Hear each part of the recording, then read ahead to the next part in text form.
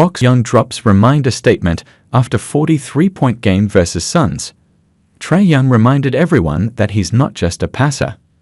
In a game where the Atlanta Hawks were without Jalen Johnson and DeAndre Hunter, it was going to take a little more from everyone else to get a win. They got exactly what they needed, and they got it from a familiar face in Trae Young, who'd finished with 43 points and helped the Hawks defeat the Phoenix Suns 122-117. This year, Young hasn't had as many shot attempts as usual, but he's been doing a good job of getting his teammates involved a lot, which has led to him leading the league in assists. "It seems like now guys are more worried about my passing than my scoring," Young said after the game. "Sometimes you gotta remind them that you can score too. I know what we're capable of, even when guys are out.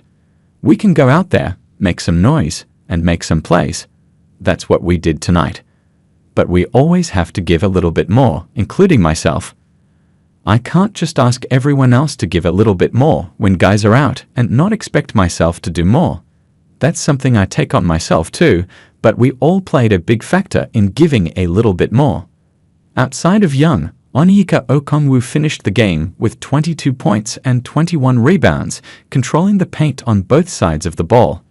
Garrison Matthews knocked down 5 three-pointers, and Vit Krejci finished with 15 points, 5 rebounds, and 6 assists.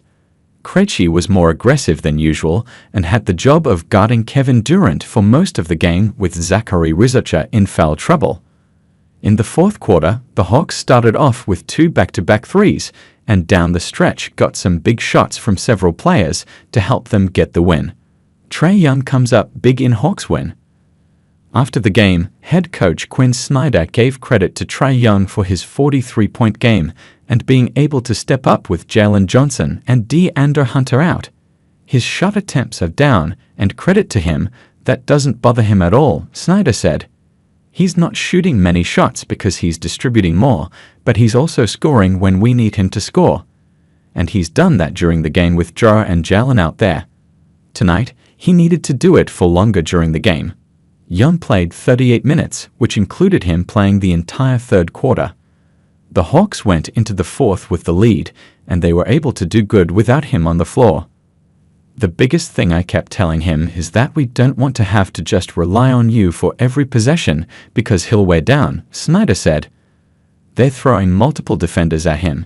He's used to that, but that's why it's so important for us to run, and that gets other guys involved when we do need him. When the game slows down, he's fresher. Tonight was one of those nights we needed his offense scoring, not just his offense playmaking. For Young, he just has one goal in mind. I'm literally just trying to go out there and win," Young said. "Earlier on in the game, obviously, I'm trying to get my guys involved because I need them later on in the game when teams decide they want to trap and get the ball out of my hand." All season, the Hawks have continued to show fight and resiliency regardless of who is in the lineup. And they did it once again as several players stepped up and delivered.